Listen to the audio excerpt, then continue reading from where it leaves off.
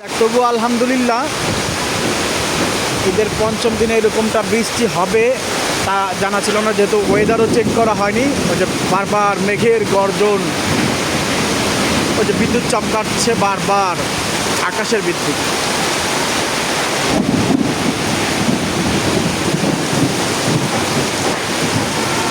মানে এটা মাথায় ছিল না, এমন মানে তীব্র বেগে প্রচণ্ড ঝড় যে নামবে সেটা মাথায় ছিল না।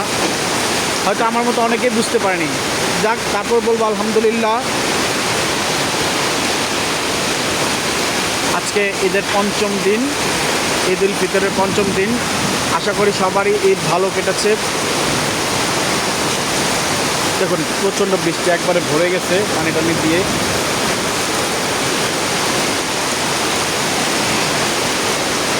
তো যারা এখনও ঢাকায় ফিরতে পারেননি তারা বোধহয় মানে আতঙ্কে আছেন। এর মধ্যে যারা মানে লঞ্চ ভ্রমণ করেন, অর্থাৎ যারা লঞ্চে করে ঢাকায় ফিরবেন তাদের মনে মনে ভয় থাকবে। যাই হোক, আপনারা সতর্কতা অবলম্বন করবেন, ঢাকায় ফিরবেন নিজ নিজ কর্মস্থলে।